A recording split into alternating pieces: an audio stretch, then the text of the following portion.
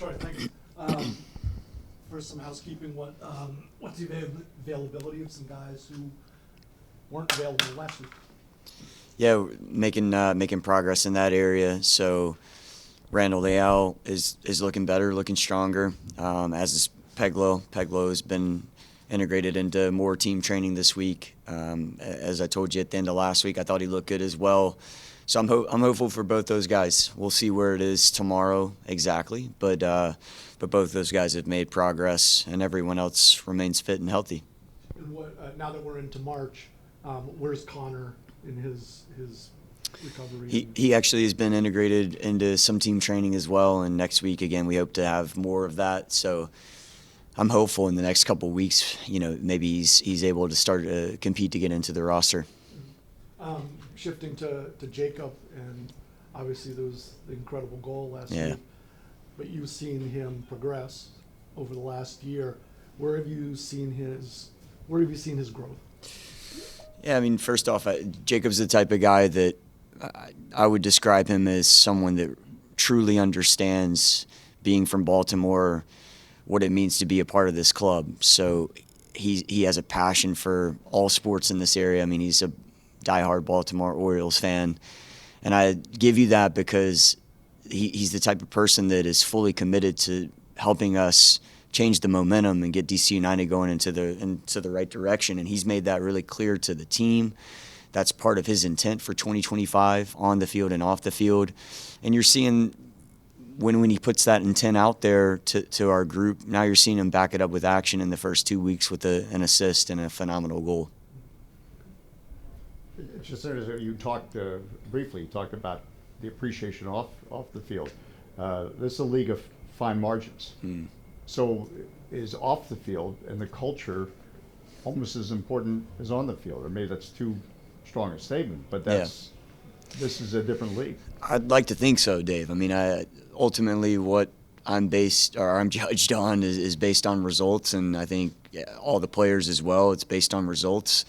And understandably so, we have to deliver results, but I think there's also results off the field as well, and we're trying to build that community. We're trying to reestablish ourselves with our fan base. We're trying to reestablish ourselves with a lot of the players and staff that have worked here before, because I think that's also creating a winning mentality, and that's what the club has had for so many years, and I think there's been a void for that in the last couple of years, and we want to fill that.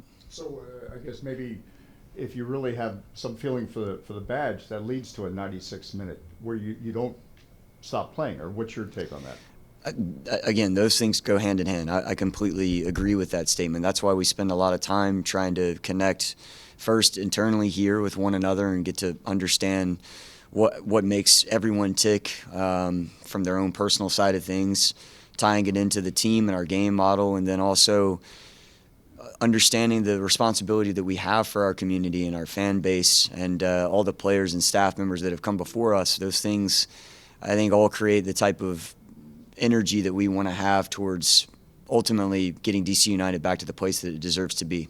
It's certainly a lot of encouragement, but what are you trying to clean up? Because you probably feel like you left points over the first 2 weeks. Yeah, we absolutely. The first 2 weeks we did not fulfill what we needed to in terms of the expectation that we have for this year.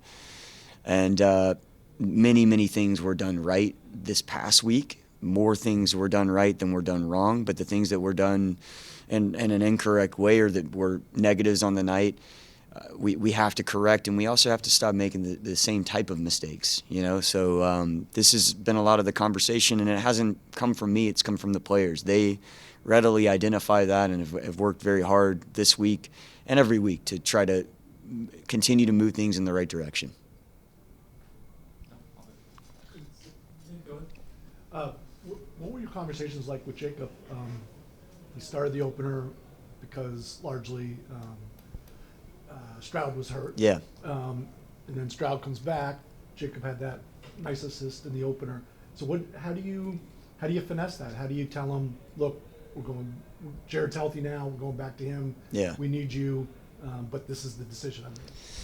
Just try. I do this with any player that potentially is competing for a starting position. I try to be really honest with them, give them exactly what my point of view is. Don't expect them to agree with it. Many times, I think in Jacob's case, you could say probably disagrees deep down, and that's a good thing. That's the competitor in him. But ultimately, he has to see the perspective that I come from, whether it's with him or for the team. I'm going to always put the team's agenda first. And, I think Jacob's someone that he does have a broader perspective. So he has the maturity to see that, even if, again, he disagrees with it. He wants to start and play every single minute. But having that conversation directly with him. Yeah, I don't mind letting the players in on exactly what I'm thinking so that they can see my perspective as well. And one for me, we return to Audi Field again this weekend. You got a taste of it in the home opener, but can you talk to us a little bit about the energy that the fans bring at Audi Field? Man, I missed it, Sam. Just getting back on a really cold night where it's not the easiest environment to show up to on a home opener. It didn't feel that way, and what I missed was the interactions with the fans. I was able to spend a little bit of time going to a cookout with some of our supporters groups before the game, and just being with them and hearing their point of view in terms of like the hope that they have and what they saw last year and the expectations that they have for 2025. It makes you feel even more that responsibility that I'm talking about to deliver for them. And so we're looking forward to having another opportunity this weekend versus Sporting KC to reciprocate the energy they give us. Ryan, go ahead. Zoom. We'll go to Donald Wine. Thank you. Hey, Troy, good to see you, and hope you're having a great week. Looking forward to this weekend. KC has struggled quite a bit, both in CONCACAF Champions Cup and in the league. What have you seen from their film that you feel could be an advantage to you on Saturday? Thank you for that. It's good to see you. I'm getting a little bit of feedback there. There we go. I know the results, and from my vantage point, I would say, looking historically at Sporting KC, there's been seasons in which they've started slow, and they're a team that typically gets it together pretty quickly. So I think anything that may in the first few weeks have been off from their side, we can see some of those mistakes, but they're going to resolve those problems very quickly because they have someone that is one of the best coaches in the league leading them. So Peter Vermees is someone that year after year has his team in the playoffs more times than not. And I think the results in the beginning of the year are difficult to really summarize into them not being in form or something like that. So, I think they're going to be very dangerous and be even more in sync this week. We've very much identified with our team some of the areas that they have a lot of strengths, and we want to try to take those areas away from them as much as possible.